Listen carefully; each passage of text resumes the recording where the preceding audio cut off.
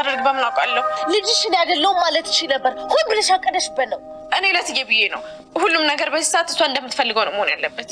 ምን አገባሽ? ቆይ አንቺ ቆይ ለምንድን ነው ለእሷ የምትጨነቂው? ከኔ በላይ መስለሽ ለምታይ ታቦ ነው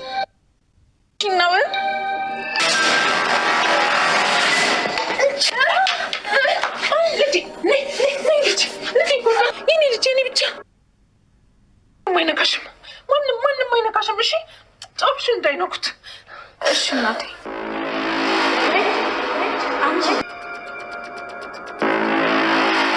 ሰላም የብሌን እናት እንደሆነች ነግሯታል። ሰላም የብሌን እናት እንደሆነች ተነግሯቸዋል ብላ እንግዲህ የገነት ጎረቤት ለባይሉ ያለውን ነገር እየነገረችው ነው። ባይሉም እጅግ ደንግጧል። ሰላም ውድ የሴና ቤተሰቦች ሰላማችሁ ይብዛልኝ እያልኩኝ ያለፈውን ክፍል ትንሽ ላስታውሳችሁ። በባለፈው ክፍል እንግዲህ ሰለሞን ደውሎ ሰላም እናትሽ ናት ብሎ ለብሌን ሊነግራት ሲል ሆኖም ስልኩን ያነሳችው ገነት ነበረች። ገነትም ለሰላም ልትነግራት የምነግርሽ ነገር አለኝ ብላ ስትል አስቸኳይ ካልሆነ አሁን መሄድ አለብኝ እያለቻት ነበረ። ሰላም እያለች ነበር የተጠናቀቀው። ሆኖም አሁንም ልትነግራት ሰላም ብላ ስትላት ሰላም ምን ሆነች ንገሪኝ፣ ምንድን ነው እሱ ብላ ስትል በዛው መካከል ቃልዬ ስልክ ትደውላለች። ቃልዬም ስልክ ደውላ አንቺ የት ነው ያለሽው?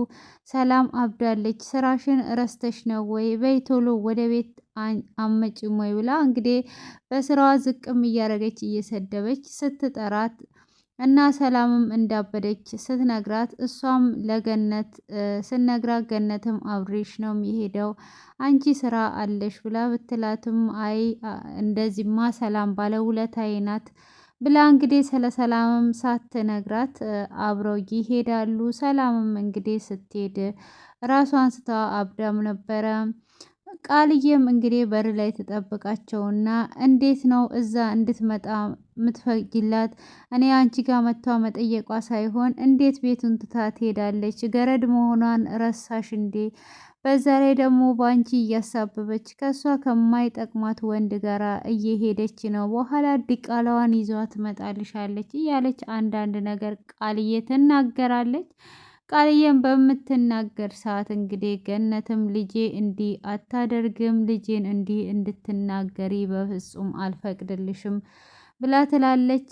ብሌንም እሺ እኔ እትዬን አስፈቅጄ ነበር የሄድኩት በማለትም ወደ ውስጥ ስትገባ እንግዲህ ሰላም እንዳለችውም አብዳለች። እንግዲህ ሰላምም ብሌንን አቅፋ ልጄ መጣሽ ብላ ምግብ ሰርቼልሻለሁ ብላ እንግዲህ ታቅፋታለች ማለት ነው። ብሌን እናቷ መሆኗንም ባታቅ እንግዲህ ሰላም አሁን በእብደት ውስጥም ብትሆን ብሌን ልጇ እንደሆነች ነው የሚሰማት። እና ልጅ ለምንድን ነው እሱ ልጅሽ እንደዚህ የምታካብደው? ለምን ታሟሙቃለች? እኔ አይደለው እንዲህ ልጇ ስትልም ገነትም እረፊ እንጂ አሁን እኮ ለእናትሽ ብላ ነው ለሰላም ብላ ምግብ እንድትበላ ነው ብላ ስትላትም አንቺ ብቻ ነሽ ልጅ፣ አይ አካበደችው እያለች እንግዲህ ብሌን በምታወራው ቃልዬ እየተናደደች ትመጣለች። እንግዲህ ሰላምም ልጄ ይሄንን ምግብ ላንቺ ነው ያዘጋጀሁት እንበላለን ብላ ልታጎርሳ ስትል ብሌንም እኔ ቆንጆ ምግብ ሰርቼልሻለሁ እሱን እንበላለን፣ እነኚህ ደግሞ እርቧቸዋል ይሄን ምግብ ይበላሉ ብላ ትላታለች። ቃልዬንም ምግቡን አምጪልኝ የሰራውላትን ለእናቴ ስትል እኔ ሰራተኛሽ ነኝ እንዴ ብላ ስትል ገነት ቃልዬ ምነካሽ? ሰላም እንድትበላ እኮ ነው እሷ እኮ እንዲህ የምታደርገው ስትል ነይ ውጪ ላናግርሽ እፈልጋለሁ ትላትና ገነትን ወደ ውጪ ጠርታ ምን እያረገች ነው ያለችው ልጅሽ? እኔ ብቻ ነኝ ልጅ ነኝ ብላ ትላለች እንዴ? እንዴት ነው እንደዚህ የምታረገው? ደግሞ ሰራተኛ አረገችኝ እንዴ ምግብ አምጪ የምትለኝ ብላ ስትል ብሌን እኮ ብሌን ብልህ ናት እንድትረጋጋ እና ሰላም ምግብ እንድትበላ ብላ ነው እንጂ ሌላ ነገር አይደለም፣ አንቺ ብቻ ነሽ ልጇ በማለትም እንግዲህ ትናገራታለች ማለት ነው። እሷም እንግዲህ እንደዛ ስትላት እሺ በቃ አሁን ብቻ ተረጋጊ እያለቻት እንግዲህ ብሌን ደግሞ እያለቀሰች እትዬ በውስጥሽ አታስቀምጪ ተናገሪ እያልኩሽ አልነበረ ወይ እያለች እንግዲህ እያለቀሰች ሲኖር ቃልዬ አሁንም ብሌንን ውጪ ማውራት አለብን ብላ ምን እያደረግሽ ነው ያለሽው? እንዴት ነው እኔ ልጅሽ ነኝ የምትያት? እኔ ነኝ እንጂ ልጇ በማለት እንግዲህ እንዳያችሁት ቃልዬ እጅግ ለብዙ ሰዓታት ብሌንን እያሰቃየቻት ነበረ። ሆኖም እንግዲህ ሰላም ከመኝታዋ ትነሳና ቃልዬን በዱላ አናቷን ትላትና ሰላምን አንቺ ልጄ ነሽ፣ እቺ ማናት? እቺ ማየት አልፈልግም። እንዴት ነው ልጄን የምታንቀው? እንዴት ነው ልጄን የምታሰቃየው? ብላ እንግዲህ ብሌንን ይዟ ሰላም ቃልዬን ትመታታለች። ቃልዬም እኔ እኮ ነኝ ልጅሽ እማዬ ስትላት አንቺ አይደለሽም ልጄች ናት፣ ከወዲህ አንድ ሰው እንዳይነካሽ እኔ እያለው ማንም አይነካሽም እያለች እንግዲህ ብሌንን ልጄ እያለቻት ነው። ሆኖም እንግዲህ እንደዛውም እሷም ራሷን አስሯ እያለ ባይሉ ይመጣል። ባይሉም ከመጣ በኋላ ያው ልጠሽሻለች፣ እውነት ምንም አታውቅም። አዎ ግዴታ መዳን አለባት፣ ካልዳነች ይህንን ንብረት ማግኘት አንችልም። የገባውበት ገብቼ ሁሉም ቦታ ወስጃት ማዳን አለብኝ፣ ካለበለዛ ልፋታችን ሁሉ ከንቱ ሆነ ማለት ነው እንዴ ብላ ስትለው አዎ ምንም ነገር ማድረግ አንችልም፣ እንዴት ሆኖ ነው ይሄ ሁሉ ነገር የምንወርሰው? ስለዚህ የትም ወስጄ እሷን ማዳን አለብኝ ብሎ ይላታል። እንግዲህ ውስጥም ገብቶ ወንድምሽ ነኝ ሲላት ማነከ አንተ ብላ ትለዋለች። ከዛም ወንድምሽ ነኝ ሲላትም ወንድሜ ብላ እየሳቀች እንግዲህ ሲሆን አሁን ላይ የምሰማው ብሌን የምትላትን ብቻ ነው። እሱም ብሌንን ወደ ውጭ ይጠራትና በዚህ ሁኔታ ሐኪም ቤት እሷን መውሰድ አለብን፣ አንቺ አሳምኛትና ሐኪም ቤት እንወስዳታለን ብሎ ይላታል።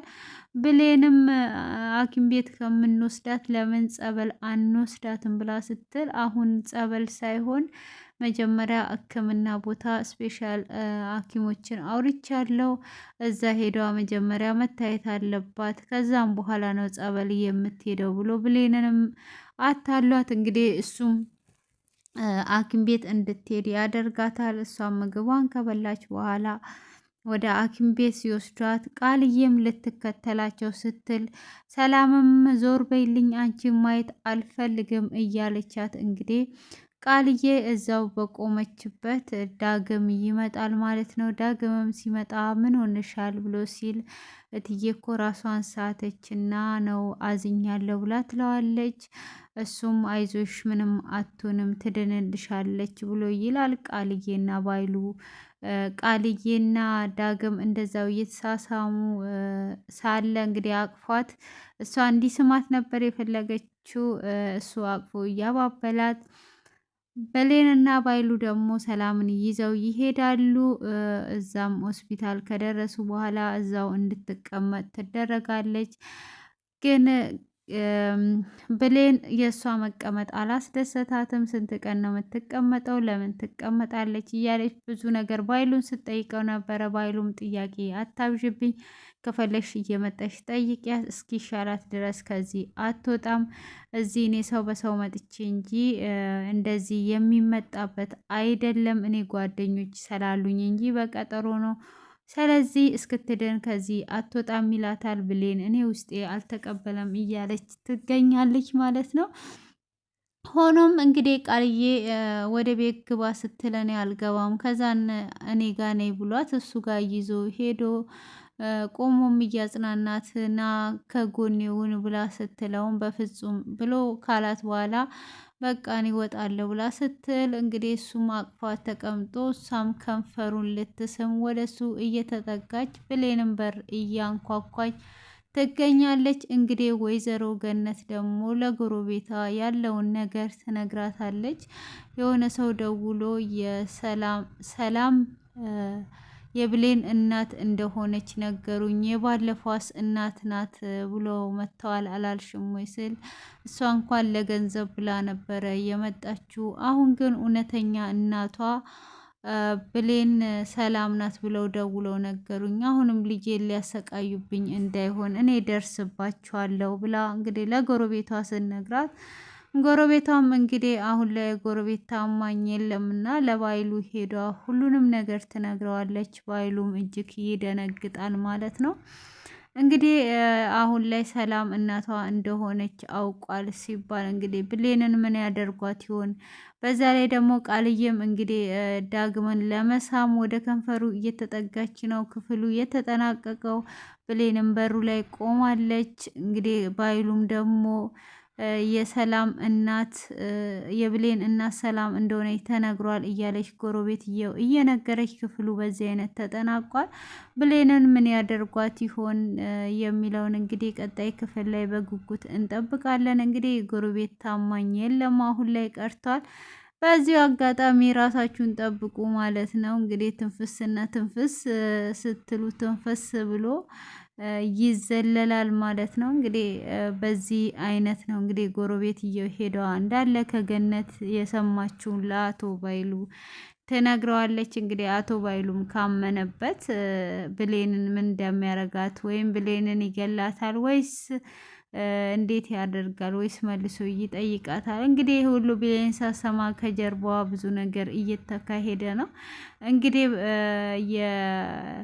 የሰላም ሆስፒታል መሆንም ብሌን ደስ አላላትም። ለዚህ ባይሉም ብዙ ጊዜ ስትጠይቀውም ስለነበረ ባይሉም እንግዲህ ደንግጦ ጥርጣሬ ውስጥም ይገባል። ቀጣይ ክፍልን እንግዲህ በጉጉት የምንጠብቀው ይሆናል።